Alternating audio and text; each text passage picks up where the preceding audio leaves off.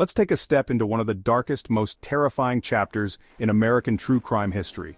The reign of terror brought by the man they called the Night Stalker. His real name? Richard Ramirez. In the mid-1980s, Los Angeles and San Francisco were gripped by fear as Ramirez prowled the night, breaking into homes and unleashing unspeakable violence on unsuspecting victims. Imagine not being able to sleep with the windows open or feeling that every creak in the hallway could mean a sadistic intruder lurking in the darkness. That was the reality for so many people, families huddled together, terrified that the Night Stalker might choose their home next. Ramirez wasn't just another criminal.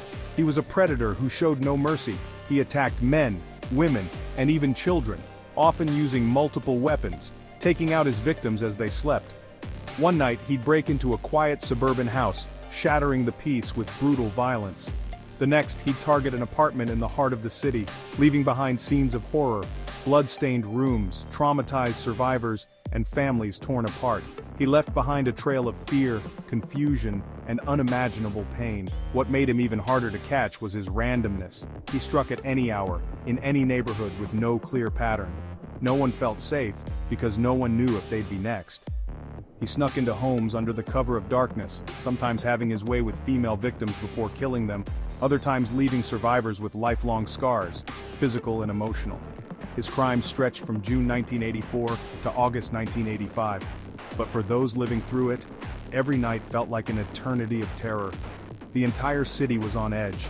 Locksmiths were overwhelmed, hardware stores sold out of locks, and people armed themselves with anything they could find. News headlines screamed warnings describing the grisly details of each new attack.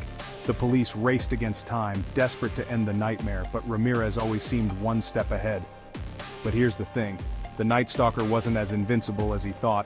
It was the community, ordinary people banding together, who finally put a stop to him. In August 1985, a group of citizens recognized Ramirez's face from news reports and chased him down, refusing to let the monster escape. They held him until the police arrived, ending his spree of violence. His reign of terror was over, not because of a dramatic police takedown, but because neighbors refused to let fear rule their lives any longer. Richard Ramirez's capture brought relief, but also left deep scars. Families mourning loved ones, survivors haunted by nightmares, and a city forever changed by the evil that walked among them. His trial became a media sensation, with survivors bravely testifying about the horrors they endured. Ramirez was eventually convicted on multiple charges, including murder, assault, and burglary. The Night Stalker became a cautionary tale, a chilling reminder of the darkness that sometimes creeps too close to home.